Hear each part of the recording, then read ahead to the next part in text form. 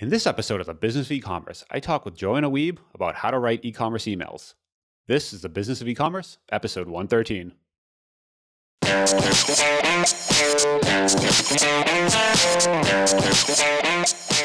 Welcome to the Business of E-commerce, the show that helps e-commerce retailers start, launch, and grow their e-commerce business. I'm your host, Charles Plesky, and I'm here today with Joanna Wiebe. Joanna is the original conversion copywriter and founder of Copyhackers. She teaches a world of digital marketers in both SaaS and e-commerce how to get to yes using little old words. I asked her in the show today to talk about what are the best practices for sending e-commerce emails.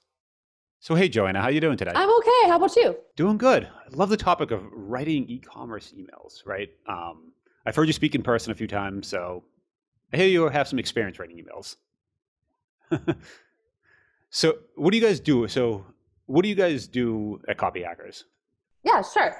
There's two sides of the Copyhackers business. One is basically the front of it, which is free and paid content. So we have a very active blog and video tutorials that we do on helping. Our real mission is to help entrepreneurs, whether that's like a startup founder or somebody who's running their own small service business like a freelancer, basically get their word out there. So there's a lot of people who want to write better copy because they understand copy is your online salesperson, but it can be a very murky sort of thing to figure out. So our job is to help people figure out how to do that. And we do that with free and paid content. But the way that we make up the free and paid content is we work with not only in our own business on optimizing copy, but with clients as well on doing the things we're talking about right now. So testing emails that actually convert in this current world, not just old ideas for email, but what's new, what's happening, what used to work that doesn't seem to work anymore, things like that. So we have the two sides, the training business, which is free and paid, and then the agency side. Got it. Okay. So you guys focus mainly on the transactional email side or the promotional email side? On both. Okay. So mostly like just coming up with a better email strategy for people, which largely focuses on segmentation first, but also like, where are these communications coming from? What are they saying? What should they be saying? Most people we find, there's a lot of emails in play like transactional emails, but the transactional email was set up by the person who set up the tool in the first place. So they tend to like, oh, I'll just write something quickly for a transactional email, which is a fine starting point. But there's a lot you can do with a transactional email, just like there's a lot you can do with a promotional email. So lots of room to optimize in there for both, for everything, including outside of e-commerce. The SaaS world has triggered emails galore based on what you do or don't do. So there's a whole world of stuff to write for. Yeah, it's one of those things where I feel like even the water's got a little muddy, right? Where even transactional emails still have a little promotional content in them. So it's something you can almost do both together, I've kind of found. Yeah, there's room in transactional emails. Of course, there's like rules with these as well that you don't want to get too promotional in the transactional emails, but those are emails that get opened, unlike emails that look like marketing emails. So those are a really good opportunity to push a little more on at least getting your value prop out there so people really understand what your brand is and why they should keep supporting it or buying into it. Okay. So let's say I'm a new e-commerce retailer. I've been, using the canned transactional emails. They're okay. I do some promotional emails. Where would you recommend someone starts kind of digging into this process? It's doing the basic audit of what you've got. So what's actually in play right now, and then how is that performing? This isn't an intense audit. This is sit down for 3 hours, block out some time in your calendar, open a Google Sheet, and just like write out what you have, when they're being sent, so who gets them and when do they get them, what they say, and then how they're performing. So what are the open rates like? What are the click rates like as a starting point, right? Because some of them will have paid conversion attached as well, but some of them won't. So you can document that. That's fine too. But the point is just to like get a sense of the landscape. Like, what are you actually sending to people?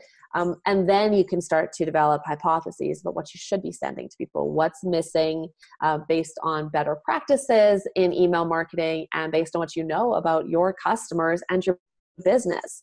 What are you trying to do with your business? What are your business goals? Emails should be helping you get to those business goals. So are they? How can they? And customers expect from you when it comes to, digital direct response, including emails. Yeah. So start with an audit, a really simple, you don't have to be a genius or a copywriter or an email specialist to just look at what you're sending. Okay. So at least starts with kind of getting everything, it sounds like just in one place, because what ends up happening is you have different emails coming out of different tools that are and you start forgetting them over time and they just build, you have these random emails that go out from this tool that you installed 2 years ago that. Yeah, I see that happen. It doesn't even have the right logo in it anymore. Like there are things that have changed, right, over time. Yeah, there's things if you actually start to do it, I've gone through this before, and you find emails that are just factually incorrect, and you're telling people, and then realize this isn't even right. Like I'm literally just like every day, and it's a transaction that you're sending it, it's just wrong. Yeah, no, I think anybody who does this finds pretty quickly like, oh damn, I didn't know I was sending that. Yeah. Okay, quickly fix that. So yeah, it's a really good basic first step, right? Yep. You can't skip it. Otherwise, you're just going to have to go back and do that anyway. So start there. And it's probably nice to just be able to sit back and look at it all in one place, right? So you don't have to pull open 5 different tools and kind of put everything back together. So yeah, and then I think it's also good because you can appreciate usually you'll appreciate how much email actually does in your business. Like how many different emails you send and what the impact is of those, or the lack of impact where you go to an event for people in e-commerce and you're hearing about email and you're like, my business doesn't run on email, but you do an audit and you realize like it doesn't run on email because I'm not really sending anything. So maybe I should start sending things that could actually help me grow my business. Yeah. Yeah. So the email or the lack thereof, you'll start to figure out, okay. So let's say now you have it all in one place. You can review it. You can see your different open rates, but you're a retailer. You don't know benchmarks or anything. It's hard for you to even compare, a transactional versus a promotional. What do you kind of do next step? So it depends. I mean, it does always, of course, depend on your business goals. What do you want to do? And I think there requires also the buy-in for you that email can grow your business. Copyhackers, I talked about it being a training business on one end. There's the service side, of course, but the training business, that's full e-commerce. It's just delivering courses online that you buy online. You go through a process. So our core business is an e-commerce business when it comes down to it. So I have seen for my business as well as for our clients who are in e-commerce, just how critical email is to growing a business. But a lot of people haven't seen that. So there's like the mindset, like the hurdle initially of even accepting that email can actually grow your business substantially. Like your business is an email business. If you have customers giving you and leads giving you their email addresses and you're not doing anything with it, that's, you have to ask why. Like, why haven't I been doing anything with them? And is it, I don't have time? Well, if you knew it was a priority, you would prioritize it, right? So for me, it's like you first have to get past, once you've got everything, like you can see the lay of the land, then you can identify like, why haven't I been doing this? Like, why don't I? And if it's like, I believe Facebook Messenger is the way, or Instagram's the way, or the only thing that I can really do to grow my business is use social because everybody's on social and nobody's on email anymore. You have to then come to terms with that. Like, do you actually believe that? Why do you believe that? And then go do some research on email and what it does for e-commerce. So if you haven't bought into it, it's time for you to start assessing why you haven't. If you're like, great, I love email, I want to do more with email, there's so much that I could possibly do to grow my business, then it's a matter of like, we have to get to a place of sending relevant emails. So you have your business KPIs, you have your goals. I want to make so much in 2020. I don't want to go from high 6 figures to at least 1.5 million. Let's say you're at 700,000 this year. You want to do 1.5 million next year. So doubling your business and then some. Okay, cool. That's a good ambitious goal. How can email help you get there? as one of many channels to get you there. And so a lot of people will jump in and be like, oh, I'll go do some research on this. They'll Google it. Something Neil Patel had ghostwritten will come up, and it'll be like, you need these 3 things. You need a way to collect email addresses. You need a nurturing sequence for these new leads. And then you need to have a way to sell directly to them, let's say that's what is on this one particular blog post. So you take that and you think you need a nurturing sequence, and you write one sequence. You don't know what the hell you're saying in it. You're like, all I really want to do is have people come buy my stuff from me. Like, what could I possibly put in this sequence? And that's a really good, I think that's like when we're writing copy or when you're doing anything, that question is a good signal. Like, you might be doing the wrong thing. It doesn't mean you are, but you might be doing the wrong thing if you have no idea what to do with it. Like, if it doesn't actually make sense. So a single nurturing sequence, the challenge with doing email right today is all of the messages that we're all getting, which we all know, everyone's getting a crap ton of messages, 5,000 plus a day, paying attention to 4 of those 5,000 plus a day. And that's, I think, 2017 numbers. So 2020, with TikTok alone, totally blowing our minds with how many different stimuli are coming at us, we have to, more than ever, break through. And email as a one-to-one way of connecting with your leads and customers and bringing them back is a really great way to do that, actually. But it doesn't take putting a single nurturing sequence together and then throwing sales emails at them again and again, which is what so many e-commerce businesses come down to, if they even have a nurturing sequence. And a lot of them don't. They just start sending, this is a sale, here's another sale, discount, promo, Black Friday is when I make all my money, et cetera, et cetera. So you're blasting people. And ultimately what's coming out is you are being irrelevant. Our job, when we're smart email marketers, is to send relevant messages to people, and that takes segmentation. And segmentation can sound like a really big, scary word, like, oh my gosh, what do I even do? Like, it's so technical. It doesn't have to be. So almost everybody, if you have a CRM of any kind in place, or you call it an email platform or an email tool, whatever you call it, and that could be something like Drip or ConvertKit or MailChimp or whatever it is that you're using, most of these platforms will have a way for you to identify what people care about and thus help to segment your list based on what they click. So segmentation, you need to put together a really basic segmentation strategy, which for most people who are in email marketing is really just like step 1 of segmentation strategy is figure out who I'm talking to and what they care about.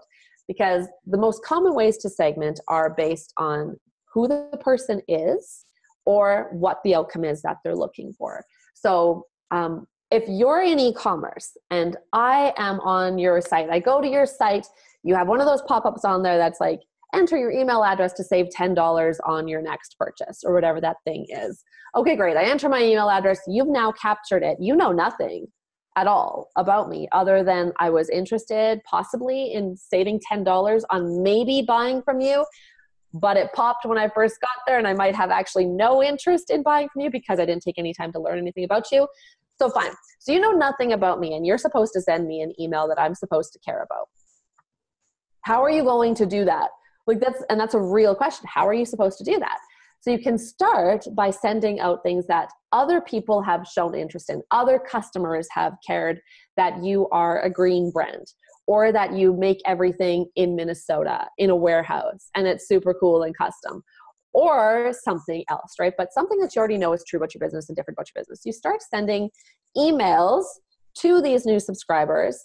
And then what you want to do in those, and there are different ways to come up with the content to actually put in there, but just as a starting point, a really quick thing to do is like, what makes you different? Send that as an email with a link to like go explore all these different things you have on your site.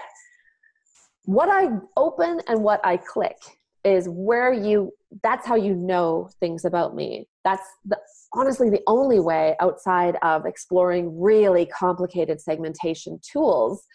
That's the best way for anybody who's newer to this to know what to do. What you open and where you click. I want to make sure people heard that one. Okay. So if I open something that has a certain subject line, that might be an indication that I'm interested in that. So if it was like the subject line is new, exclamation point, fur moccasins from the Arctic. If I don't care about fur moccasins from the Arctic, I'm not going to open that email. If I'm curious about them or I do care about them, I am. So that's data you can use to, of course, tell me to write to me again and again with more relevant things. And then, of course, the click is the most important thing. So one thing, opening is something that I'm likely to do because I'm curious. So I might be like anti-fur. And the reason I open it is because I'm like, is this real fur? Are they using real fur here? So I opened it, I read, your email said that it is real fur, and I closed it because now I'm disinterested in you and I don't like who you are. So if you tag me as someone who's interested in fur moccasins, you're wrong. I was just opening because I was curious. What you want to do is tag put the most emphasis of your tag on the click. So if it's like, see all fur moccasins as your button, and I click that, then you want to tag in your email platform me as someone who shows interest in fur moccasins or in fur, and you can tag as all of these things. It doesn't have to be or, it can also be and. I'm interested in fur, I'm interested in shoes, I'm interested in things from the Arctic, and you can tag me as that. And now every time you have something, a new fur moccasin, a new moccasin, a new thing from the Arctic, new footwear, however I was tagged, the next time you have to send something out about that, you send me an email, anybody who's been tagged that, and that's how I actually then open and start engaging with and buying from you, because you have paid attention to what I care about. You didn't have to do anything more than send the email and make sure you tag people appropriately based on whether they click or don't click. And that's it. That's the most basic way to start segmenting your list. You're going to end up with a lot of segments, and then you have to just come up with a better strategy as you go. But don't worry about that when you're starting. Just worry about tagging people in your email platform based on what they click. I like that. That's one of those things I feel like most people are just doing exactly what you said, just a blast, right? Of just everyone gets the same thing. Everyone's going to hear about the moccasins, but maybe a lot of people don't want to wear moccasins. So that tagging is huge. But how many tags should you have? Because I feel like this could go crazy real quick. And it could, honestly. And I know that some people are like, fewer tags are better. But actually, like, you're talking about a lot of rich data here. If you have a good, and this is where a good email marketing platform helps you sort your tags well. So I can go through and make a better group or segment based on multiple tags. So for me, I have tried, my team is like, Joe, make fewer tags. We can't keep up with this, but I find it useful to actually come down to segments. So for me, I fit into the camp of people that's like, if you need to know, just tag it. Just tag it. If it's going to be helpful at all, just use a new tag or look up an existing tag that you have and make sure you're not making different versions of the same tag, interested in fur moccasins or interested in moccasins : fur or something like that. Those are the same tag. So make sure you're not doing that. But other than that, I don't have, honestly, I know some people do. I'm from the school of thought that's if you need to know, if it's going to potentially be useful at some point, tag it. That's it. You never know. And there's data that's already in place that you don't have to worry about tagging. So you don't have to worry about tagging based on when they signed up or when they were most engaged. Most email marketing platforms will let you pull that data anyway. So you don't just tag based on user behavior and what that indicates to you. Yeah. But I don't even think about the number of tags I use. Just that's what the email platform's for. That's not my job, and it shouldn't be your job either. Yeah, so go crazy with the tags. I know, go crazy with tags. End up with just, if you put so many tags together, that's interested in fur moccasins and lives in Minneapolis, those are two tags you decide to pull together because you want to have a really relevant message. You could send an email that says, hey, you live in Minneapolis, or hey, for everybody who lives in Minneapolis, these fur moccasins go a long way, and a picture of them in front of something in Minneapolis. If I live in Minneapolis and I like fur moccasins, there might have only been 6 people on your list, but you might have 100% conversion rate on that. You sold 6 fur moccasins to the people in Minneapolis in that one moment because it was so relevant. It's going to mean, smaller, more targeted messages going forward. But that's where a lot of tags will at least help you know what to send and be able to send the most relevant messages. So yeah, go crazy. I think that's what a lot of people are missing, that part right there, where you said, okay, if you have 6 people on that, now you're not talking, you're blasting a list of 1,000, 10,000, 100,000 subscribers. You're literally hitting those 6 people that actually probably want this, whatever you're selling. And so it's not, hey, let's see how many, just how many opens we get, period. It's a percentage. And if we hit 6 or 10 and they all buy, that's a phenomenal return. Phenomenal. And now they're customers and you can do so much more with them now that they've said yes to you and given you money that time. They're bought in. Now they're good to send emails that are more around your brand. So they can not just see you as a place to go to get a good, but a place that feels good to go to get a good, where I believe in it and I understand it. So yeah. I'm glad you mentioned Drip too. They're actually a sponsor of this episode, and I know they do a lot of auto tagging too. So things like if you purchase, that can be a tag, and there can be tags around products. So there's all this stuff you can do. I know a lot of ESPs have these different features, but using that tagging, a lot can be done automatically, which is amazing. So a lot of the heavy lifting, if you dig in there, you're going to have users already, and they're going to have all this data kind of already linked to them, to their profile, which is very cool. So now, what do you do on the other side? So now you start collecting all this data. You know all these people, their location, what they're interested in, these very, very specific tags. How do you use that when you're actually drafting your emails to write to them? So for actually doing the writing or for taking that strategy? What do you do? So the next step of the strategy, right? So now you collected all this data, but now you want to do something with it. What is the actionable thing? Should you be writing to them for promotions, or what is the thing you should be sending to these highly targeted, let's call them mini lists? Sure, 100%. So it's a question of what you want to sell and when you want to sell it. So you're in e-commerce. Branding is good, but people buy online. You want to get people back to your site to buy. So then it's a matter of what's your calendar like? What are you planning on selling and when are you planning on selling it? And if you're I don't have a calendar, I have a lot of stuff. Okay, so you have a lot of stuff. What is that stuff? And do you want to sell it all the time, or what do you want to do? And the email can do whatever you want it to do, right? If you are okay, I want to send a sales email every single day to everybody on my list, but it has to be relevant to them on that day. Okay, that's a perfectly fine strategy. You just have to look over the tags on your list and start identifying okay, we have tags for these 15 different things that match up to these 300 products. What can I do with those? And then put together a really basic calendar, just like a content calendar or an editorial calendar, but you're doing it for email. This is the most natural place, is starting with the tags is the best place to start, because if you start with the product and say, oh, I want to get this product out there, but you might not have seen many people, or maybe a lot of people aren't interested in that product, or they haven't shown an interest in something like that product, but they have shown an interest in other things.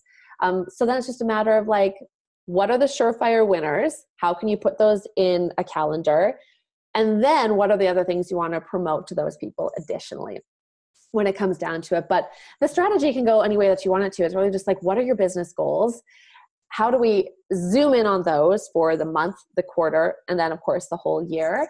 And what are people already showing us they care most about? And if it's oh, we haven't got anybody tagged who cares about this, but we know this X is our most popular product, or a lot of people click on it on our website, but they don't go through with buying it, then maybe we need to send a sales email that better unpacks the value of that particular product. So it's a matter of coming up with an actual calendar based on what your customers have shown they care about most. And they've shown about that by tags. And then they've shown it based on your Google Analytics, or what you're seeing on your website, for what people care about, what they're maybe hovering over most. If you do click tracking on your product page and on other pages, where are they showing interest? And then you can send an email to your whole list. If you're okay, I don't have a tag for this fur coat. I don't know why fur, since I'm not a fur person at all. But it's getting cold now where we are. So yeah, it is cold. That's the thing. That's probably what's on my mind. But you have like a fur coat. You don't have anybody tagged that they care about a fur coat, but you're seeing a lot of interest on the site. People are going to the fur coat. Okay. Should you send an email about this? Yeah, you should send an email about this. But what you should do is make sure that you tag people, again, based on whether they click on this. So you can expose your list to the new products that they should be discovering. Use email to help them discover those products. The better they can discover that's more closely tied to what they've shown they care about, great. But there might be a new product you have that nobody's had the chance to indicate that they're interested in because you've never presented it to them, or they just haven't run across it. So you can expose them to it. If they don't click through, then that's a signal to you that they were not interested in it, and don't keep sending them things that have to do with that kind of product. So it's really just like, again, put a calendar together. This does not have to be complicated. This is, again, another Google Sheet. You wouldn't believe how many Google Sheets I have and we have for our clients that just lists out what people are interested in, how you know they're interested in it, and then how you can expose them to new things, and then just put it in when you want to do it. When it comes down, yeah. Yeah, I like that, expose them to new things. It kind of allows them to like raise a hand and say, I'm interested in this. And that's when they start getting more emails on that. So it's not just you want to sell your fur coats or whatever it is, and you just keep blasting them endlessly. Because I've had that happen too, where I'm just blasted with stuff I don't care about, and eventually you just unsubscribe. It just always happens, and you get burnt out by the third email, whatever it is. When you're nice, you unsubscribe. When you're most people, you just hit spam on it and move on with your life. So that's something else we're fighting against as email marketers, is the nice people in the room will hit unsubscribe because they know how it can negatively impact a business when you hit spam. That's not most people, though. Most people are just like, spam.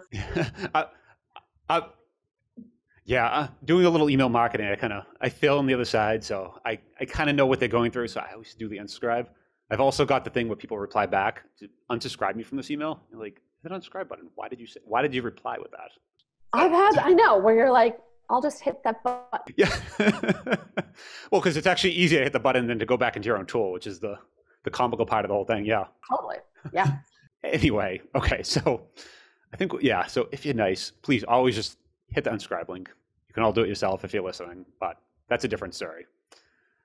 So when you're actually sending them these emails, what sort of content? Because we've all seen kind of the promotional, the discount, that sort of thing, but it gets boring. And you can only do that so many times. So how do you kind of like layer that in, stack in something in between that's not that? Yeah. Well, that's like, again, one of these signals to pay attention to. Like if it feels weird, or if it feels common, or if it feels like white noise, it probably is. So what we have found, and we do a lot of testing of emails, so we haven't talked about that here, but we're always testing emails, lots of them for SaaS, but also for e-commerce. And we've been finding that, and this should come as no surprise to any marketer in the room, and when I say it, you'll be like, yeah, obviously, but nobody's doing it. So what we've been finding is, obviously you have to do something different from what people are used to seeing. So and it's not different for the sake of different, it's different for the sake of actually being something to pay attention to. So first things first, the subject line, does it look like it's coming from a marketer?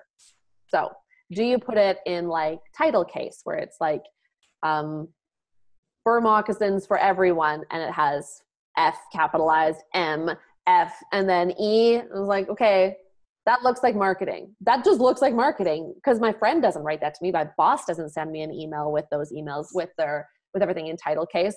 So think through how it actually looks in the inbox. Like, how does your subject line appear? Does it look like marketing? If it looks like marketing, don't do it. That's it. If it sounds like marketing, don't do it. And that's where the copy that you're going to actually write shouldn't come off as something that a copywriter wrote. And I'm a copywriter. So it's like, people are like, what, you wrote? No, but it shouldn't sound like copy. It shouldn't sound like it's polished.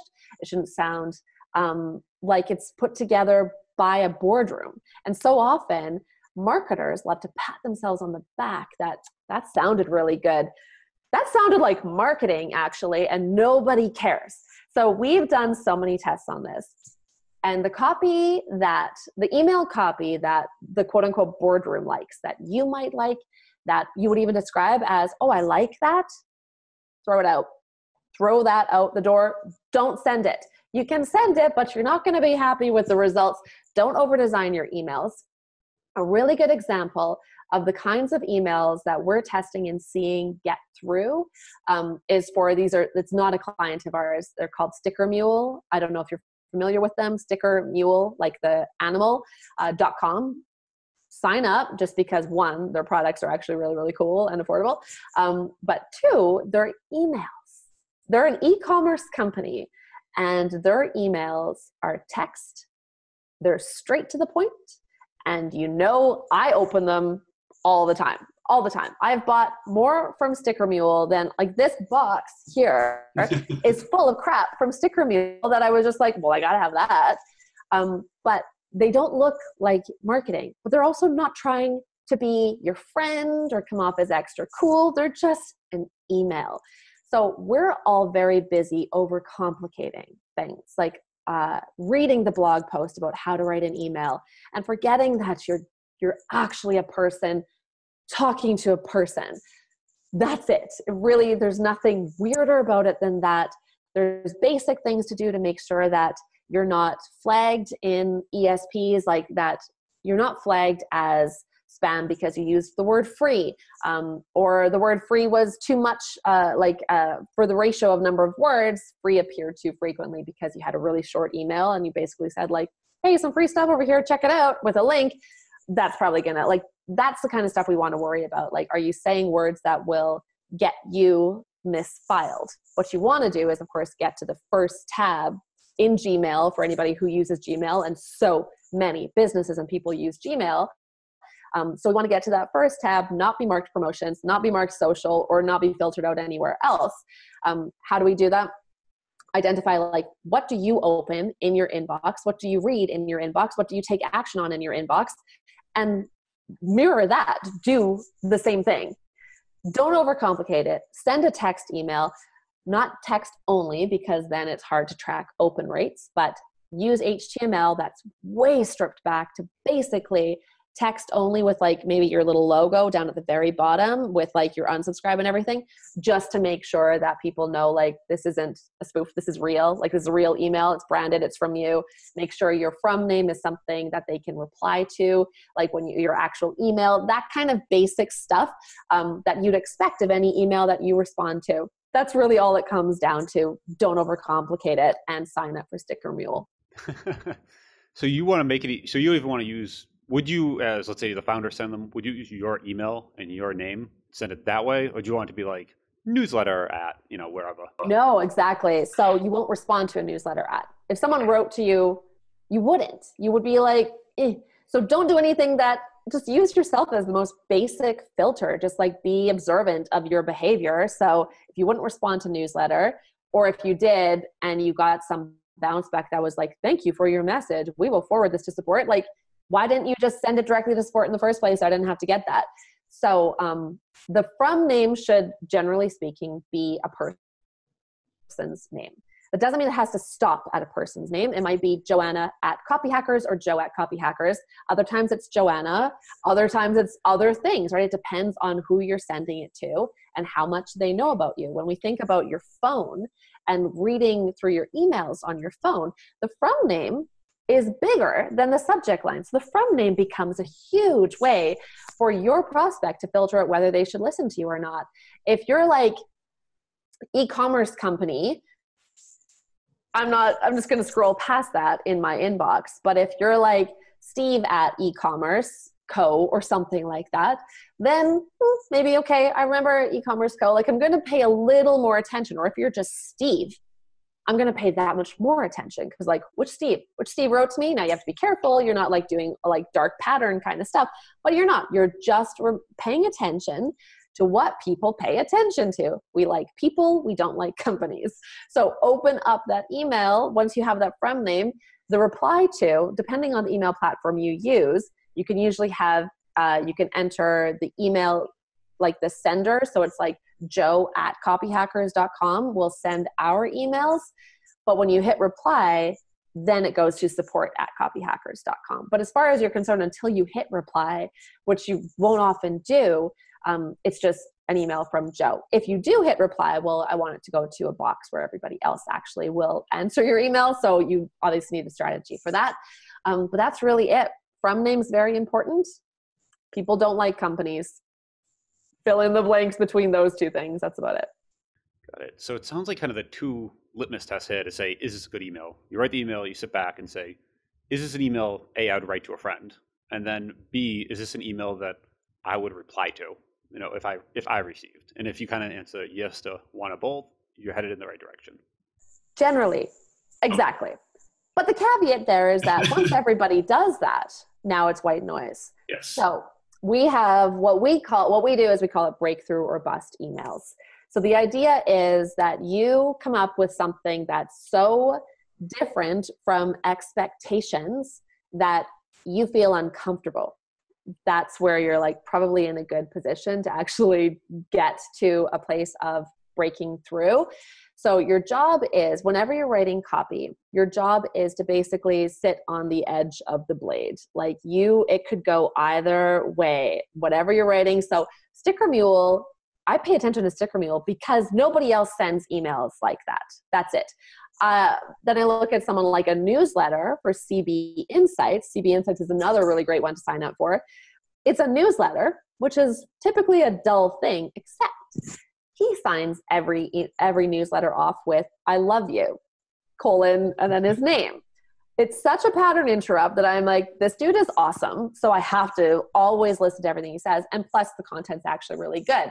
But if everybody started signing, I love you, then it would become, that thing. Now you have to move away from it. So what you want to do is write an email that's different from expectations. So what are your competitors doing? And not just your competitors, but when you think about your audience, where they're subscribing, what emails they're getting, what are they used to seeing? If they're like, well, they do a lot on Facebook. So Facebook writes to them, sends them an email whenever X happens on Facebook and they have to click through and it's always the same template.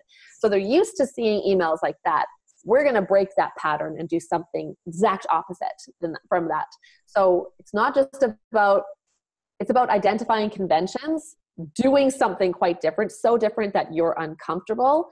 And it could be either a huge breakthrough for your business or an absolute bust, and you don't know which one it is. And that's when you send that email. That's when you start testing those kinds of different messages said differently and organized differently in the email itself so that you are not likely to become white noise while still being relevant with your segmentation. Yeah, I like that. So if someone's sitting there and they want to push themselves this month, they want to send that breakthrough or bust email, other than signing, I love you at the end, what are a couple other ideas people can just try? Like some examples of things people could just try this month to see what they can do and kind of push themselves a little bit. Yeah. I mean, there's a lot of different ways you can go. Once you've identified your voice, that will help a lot. So what does your brand sound like? And if you're like, I don't know what it sounds like, try something. Like honestly, put on a character. Like when I'm teaching copywriters, I have them write things and like, okay, take this block, this email, and rewrite it as if you're Eeyore, or rewrite it as if you're Gandalf, that sort of thing. So try pushing a voice. That can be a good way to kind of cut through.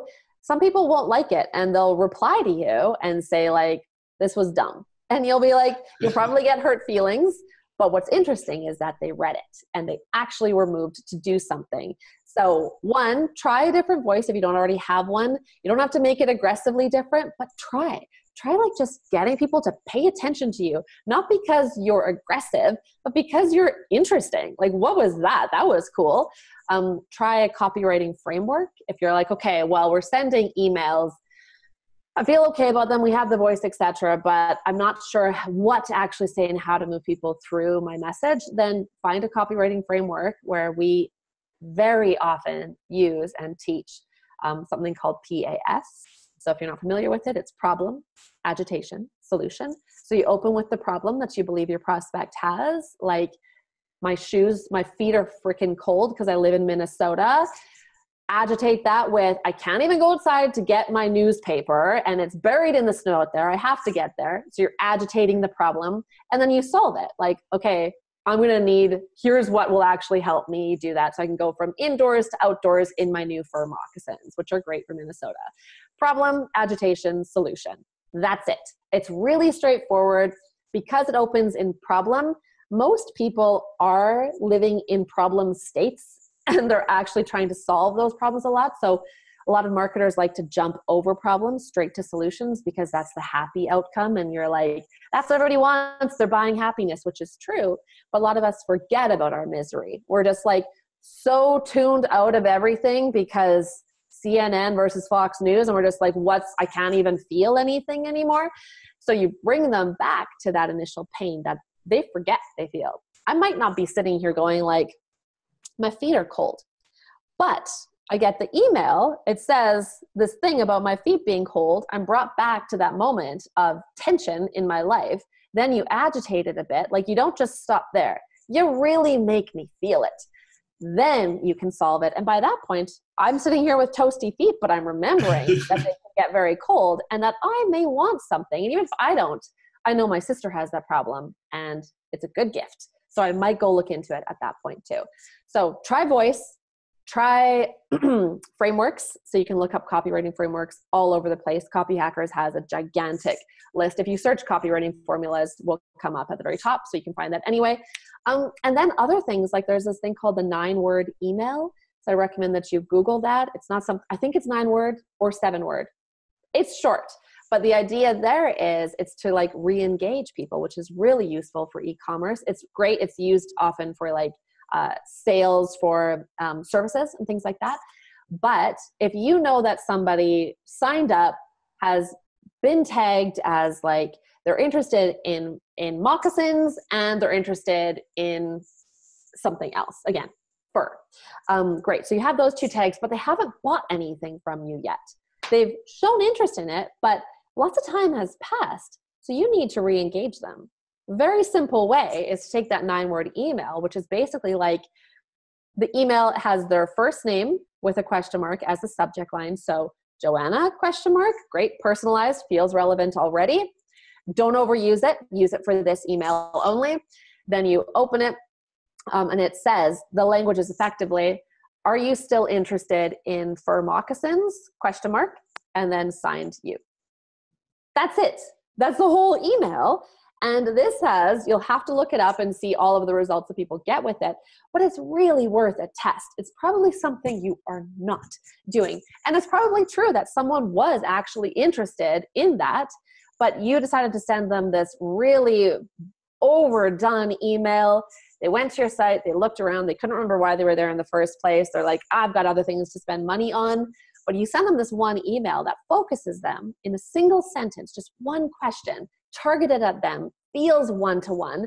They hit reply to say, yes, I am. And you have an automation set up where if they send back anything, you then follow up with an automated email that's like, oh, okay, well, just in case you want to take a look at our new selection, here they are with a link to that. Really straightforward thing you can do to re-engage people, again, if you know what they care about in the first place. Yeah, that's a good one. I've done that exact thing before. It's amazing how many replies you get. And you get people like apologizing to you, going, I'm really sorry, I got busy. And I'm like, okay, I don't want to like upset you, but like, and they start telling you like a problem, and you're like, it's okay. You can still buy it. It's still like, yeah. So yeah, that one email, that's a great tip right there. And it's one of those things you could probably send, I don't know, once a year, once a couple times a year, but it gets a result, which is amazing. So that's awesome. Cool. All right. I think this is super helpful. A lot of tips we kind of crammed into one little episode here. I love it. So if people want to check out the blog, you guys have a great blog, by the way. So if people want to check that out, where can they do so? Copyhackers.com. That's copyhackers with an S. Awesome. Thanks a lot for coming on today. Well, thanks.